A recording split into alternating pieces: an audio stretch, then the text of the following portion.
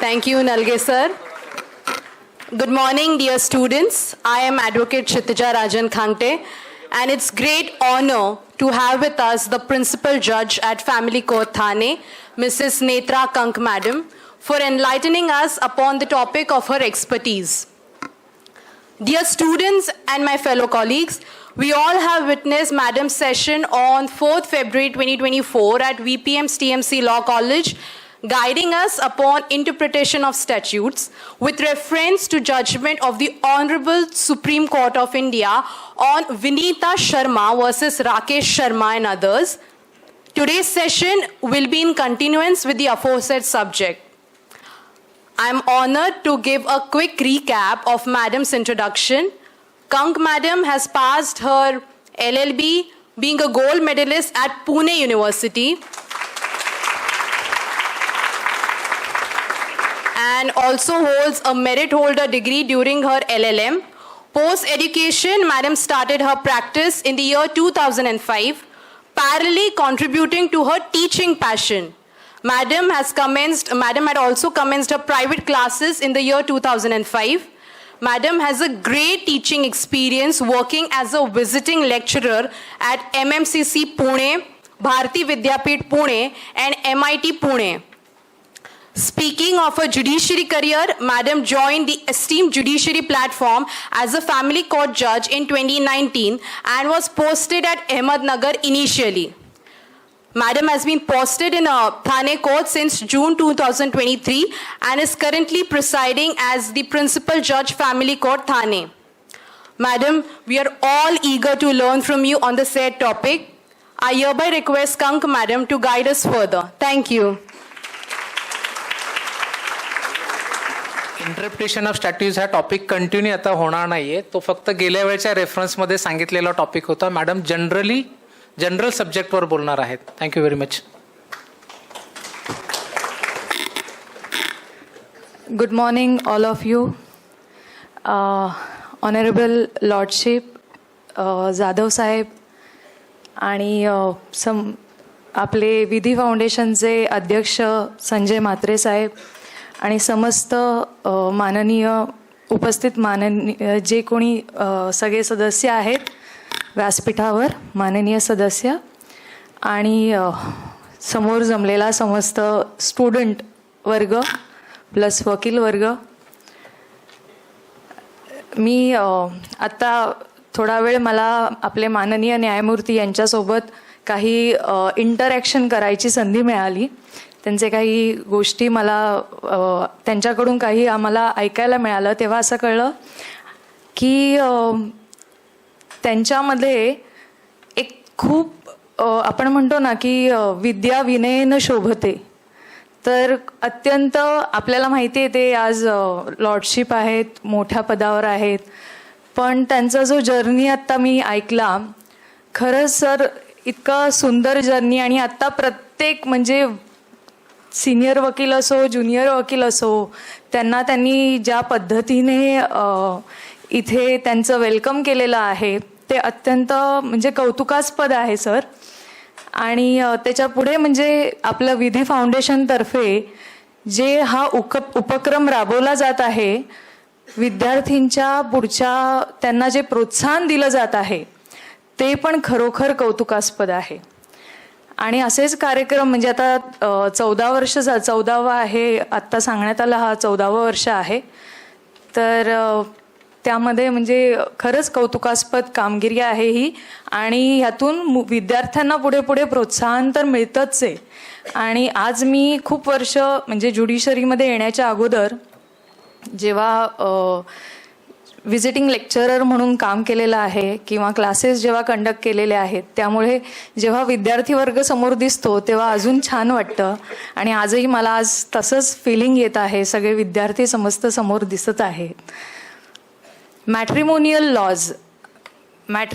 Lodge जेव्हा आता as a family court जज म्हणून जेव्हा काम करतो त्यावेळेला समोर काही अनुभव असे येतात की ज्युनियर जेव्हा समोर येतात तेव्हा ज्युनियर्सना बेसिकली मॅट्रिमोनियल लॉजबद्दल फार माहिती नसते. आपल्याला फक्त एवढंच माहिती आहे की marriages are made in heaven and performed on planet. पण ह्याच्या पलीकडे हे जे परफॉर्मन्स आहे, एक्झिक्युशन आहे, ते एक्झिक्युशन आपले लॉज करतं. ते लॉजचं काम एक्झिक्युशनचं आहे आणि ते लॉज आपल्याला माहीत असणं गरजेचं आहे. जेव्हा आपण LLBला ॲडमिशन घेतो, आपल्याला या छोट्या छोट्या गोष्टींची किंवा आपण लॉला त्या पद्धतीने बघितलं जात नाही. त्या लॉकडे त्याच्या प्रत्येक शब्दामध्ये एक काही ना काहीतरी गोष्टी आहेत, इंटरप्रिट जे केलं जातं लॉ, तो आपण प्रॉपरली समजून घेत नाही. आणि त्याच्यामुळे काय होतं, जेव्हा तुम्ही प्रॅक्टिसला येता त्यावेळेला तुम्हाला समोर खूप साऱ्या अडचणींना फेस करायला लागतं. त्यामुळे जेव्हा तुम्ही प्रायमरी स्टेजमध्ये असता शिकण्याच्या, त्याच वेळेला तुम्ही प्रॉपर पद्धतीने, किंवा जर नाही कळत आहे ना, कारण लॉज खूप सारे लॉज असे आहेत की ज्याच्यामध्ये ॲम्बिग्युअस किंवा ॲब्सर्ड किंवा वेग मिनिंग्ज असतात. पण मग त्याला समजून घेण्याचं काम हे आपलं आहे की आपण तो समजणं गरजेचं आहे. मॅट्रिमोनियल लॉज, आता जर सपोज आपण बघितलं तर तुम्ही हिस्ट्रीपासून मॅट्रिमोनियल लॉकडे आपल्याला बघायला पाहिजे. मॅट्रिमोनियल लॉज जो आहे, जो स्टार्टिंग वेदासपासून होतो आणि आज सॅक्रामेंटवर आलेला आहे. Sacrament as well as contract आपण ज्याला म्हणतो. हिंदू लॉमध्ये Hindu marriages is considered as a sacrament, whereas आपण म्हणतो Muslim marriages is considered as a contract. मग सॅक्रामेंट आपण ह्याचं जे आहे, आता सॅक्रामेंट काय, तर हिंदू मॅरेज ॲक्टमध्ये पहिल्यांदा जेव्हा तुम्ही हिंदू मॅरेज ॲक्ट वाचता तेव्हा त्याचा ॲप्लिकेशनपासून त्याला वाचणं गरजेचं आहे. आपण ॲप्लिकॅबिलिटी ऑफ ॲक्ट कधीच वाचत नाही. तो ॲक्ट कोणाला ॲप्लिकेबल आहे.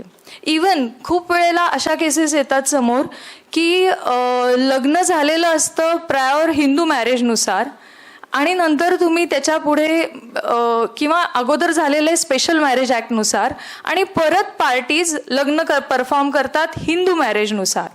तर मग त्यामध्ये हा प्रश्न येतो की नक्की कुठला ॲक्ट त्याला ॲप्लिकेबल होणार आहे, हिंदू मॅरेज ॲक्ट का स्पेशल मॅरेज ॲक्ट.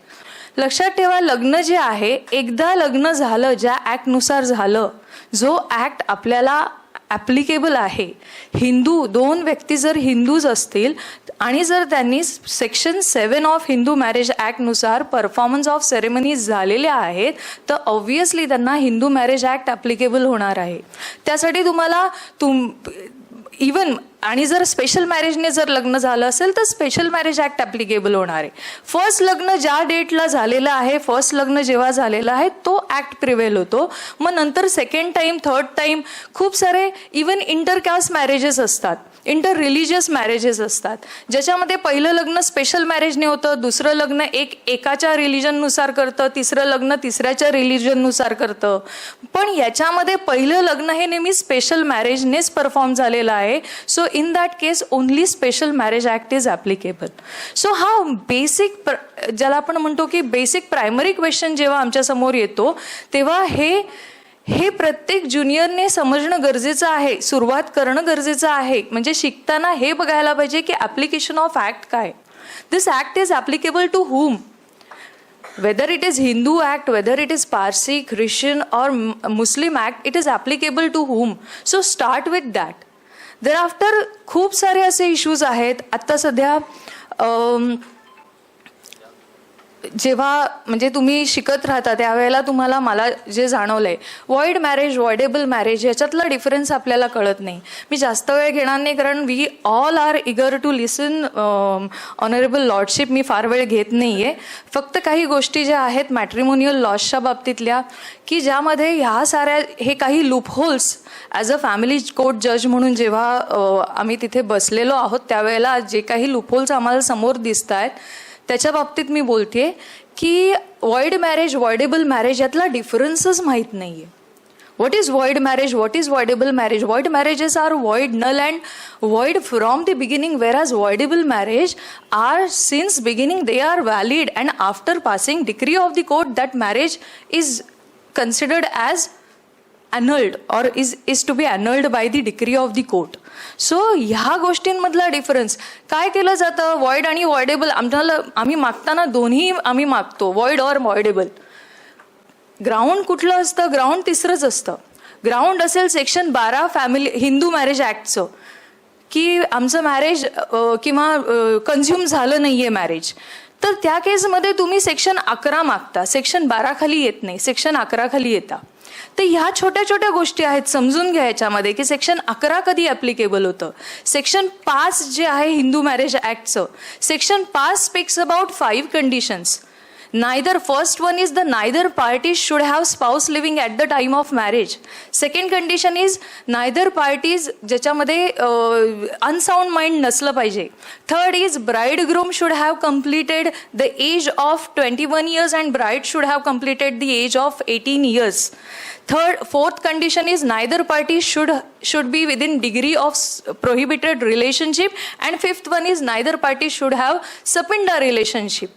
सो हे जे फर्स्ट कंडिशन मी सांगितली, first 5(1) that is neither party should have spouse living at the time of marriage. Fourth condition degree of prohibited relationship, and fifth condition that is sapinda relationship. If these conditions are not fulfilled then the marriage becomes void as per section 11 of Hindu marriage act. Only in that case the marriage becomes void. Apart from that, the next condition, that is section 7, non-fulfillment of section 7 becomes marriage void. Section 7 speaks about ceremonies of marriage. Those ceremonies have been laid down in section 7 of Hindu Marriage Act, and those have to be fulfilled. And apart from that, section 12 speaks about those things, that is non-consummation of marriage, etc., etc. So firstly तुम्ही त्या conditions ज्या आहेत त्या नीट वाचून मग पुढे तुम्ही तुमचे जे काही तुम्ही कोर्टासमोर येता किंवा कोर्टासमोर काही गोष्टी मागितल्या जातात, हे सगळं प्रॉपर वेजने किंवा प्रॉपर अभ्यास करून आणि त्या लॉसचा अर्थ समजून येणं गरजेचं आहे. हे मी ज्युनियर म्हणजे जे विद्यार्थी आहेत त्यांच्यासाठी मी खास हे सांगत आहे, कारण आत्ता जर तुम्ही आपण ज्याला म्हणतो ना की प्रायमरी स्टेजमध्ये आपण जर चांगला अभ्यास केला, चांगलं त्याच्यावर आपण आपलं ज्ञान जे आहे ते पॉलिश केलं, तर त्याचा तुम्हाला पुढे जाऊन उपयोग होणार आहे. नाहीतर आपल्याला जसं जसं आपली आपण ऐकतो नेहमी, लहान मुलगा असतो ना, लहान मुलाला जितकं लहानपणी तुम्ही त्याला जास्त चांगलं शिकवता तितका तो चांगला घडतो. मातीचं मडकं असतं. तर तसंच आपल्याला जेव्हा आपण प्रायमरी स्टेजमध्ये आहोत लॉच्या, त्यावेळेला जर आपण लॉ प्रॉपर पद्धतीने शिकलो, प्रॉपर आपलं वाचन आपण वाढवलं. आता तुम्हाला तर गुगल आणि हे सगळं इतकं इझिली अवेलेबल आहे. आमच्या वेळेस हे काही अवेलेबल नव्हतं. आम्हाला ना लायब्ररीमध्ये जाऊन ते AIR शोधा, ते सगळं पुस्तकं इझी अवेलेबल होत नव्हती. तुम्हाला खूप साऱ्या गोष्टी इझिली अवेलेबल आहेत, त्याचा वापर करून घ्या. नुसतं सोशल मीडियाजवर राहण्यात अर्थ नाही आहे. त्याच्यापेक्षा त्याचा वापर आपण म्हणजे आपल्या पुढच्या भविष्यासाठी कसा चांगल्या पद्धतीने करता येईल, हा मेन सगळ्यात मोठा याच्यामागे हे आहे की तो आपण शिकलं पाहिजे, त्याचा वापर चांगल्या पद्धतीने करणं. आणि अजून जर काही मॅट्रिमोनियल लॉजवर जर बोलायचं म्हटलं तर आता आपल्याला माहिती आहे की सध्या इतकं डिवोर्सचं प्रमाण आणि सगळ्या गोष्टी इन्क्रीजिंग वाढत चाललेलं आहे की डे बाय डे. म्हणजे परवा एक केस माझ्यासमोर होती ज्याच्यामध्ये वयोवर्ष 75 आणि 70 मध्ये येऊन त्या लोकांनी घटस्फोटासाठी अप्लाय केलं होतं. म्युच्युअल कन्सेंटमध्ये आलेले होते. मला एक प्रश्न पडला की ह्या स्टेजला येऊन, एवढ्या वयात येऊन आज तुम्ही घटस्फोट का घेत आहात? तर त्याच्यावर मला त्यांनी सांगितलं, आम्ही 20 वर्ष झालं आम्ही ऑलरेडी सेपरेट राहतोय. मग 20 वर्ष सेपरेशनला एवढे त्यावेळेस का नाही घटस्फोट घेतला, हा एक प्रश्न माझ्यासमोर म्हणजे मी त्यांना विचारला. त्याच्यावर त्या जी वाईफ होती त्यांचं आन्सर जे होतं ते थोडंसं मनाला एक ना असं कुठेतरी लागून गेलं ते गोष्ट, की मला ह्या नावाने मरायचं नाहीये. हे त्यांचं एक आन्सर मला तिथे मिळालं. पण म्हणजे हे सगळे गोष्टी आहेत. हे जर बघितलं आपण तर आज हे अगोदर आज 20 वर्षांपूर्वी डिवोर्स घ्यायला लोक घटस्फोट झालेत म्हटल्यावर लोकांना असं सांगायला जड व्हायचं की माझा घटस्फोट होतोय. ही गोष्ट अशी वाटायची की त्यांना लाज वाटायची, अरे घटस्फोट झालाय. पण आता इतकं वाढलंय घटस्फोट आणि इतके मॅट्रिमोनियल डिस्प्यूट्स वाढलेले आहेत ना, तर त्यामुळे मॅट्रिमोनियल लॉजमध्ये नवीन किंवा त्याच्यामध्ये डेव्हलपमेंट्स ऑटोमॅटिकली आणि आपले ऑनरेबल लॉर्डशिप अँड लेडीशिप्स जे आहेत ते त्याच्यामध्ये वेगवेगळ्या पद्धतीने एक नवीन एक ॲस्पेक्ट आणून एक डेव्हलपमेंट करत आहेत. म्हणजे मॅट्रिमोनियल लॉज जे पुस्तकात आहेत तेवढेच नाहीत, अपार्ट फ्रॉम दॅट जेव्हा ते वेगळ्या पद्धतीने इंटरप्रिट केले जातात आणि ते बेनिफिशियल किंवा समाजाला बेनिफिट कसं मिळावं ह्याच्या दृष्टीने ते असतात, त्यावेळेला ते त्यांचं जे त्याच्यामधलं ज्याला आपण म्हणतो की त्यांचं योगदान जे किंवा त्यांनी त्या पद्धतीने जे ते इंटरप्रिट करतात किंवा आपल्यासमोर आपल्याला मदत होते त्याच्यातून, की ते छोट्या छोट्या गोष्टी आम्हाला सुद्धा खूप सारी मदत होते की जेव्हा एखादं मॅट्रिमोनियल एखादं फॅमिली एखादी काही ज्याला म्हणतो आपण लॉमध्ये काही ॲम्बिग्युटी आहे, त्यावेळेला लॉर्डशिप आणि लेडीशिपचे जजमेंट्स आम्हाला खूप मदत करतात त्या गोष्टी किंवा ती ॲब्सर्डिटी क्युअर करण्यासाठी ते आम्हाला हेल्पफुल राहतात. सो या सगळ्या गोष्टी आहेत. माझं एवढंच सांगणं आहे की मॅट्रिमोनियल लॉज, मी फार काही वेळ घेत नाही आहे, जसं मी म्हटलं आपण सगळेजण मेन आपले आजचे जे प्रमुख अतिथी आहेत न्यायमूर्ती साहेब त्यांना ऐकण्यासाठी आपण उत्सुक आहोत. आणि फक्त जेव्हा तुम्ही याल कोर्टासमोर as a family court practice जेव्हा तुम्ही कराल त्यावेळेला तुमची क्लॅरिटी असणं खूप गरजेचं आहे. आणि एवढंच मी आत्ता बोलू इच्छिते आणि माझं जे काही मनोगत आहे ते इथे संपवते. खूप खूप धन्यवाद मॅडम.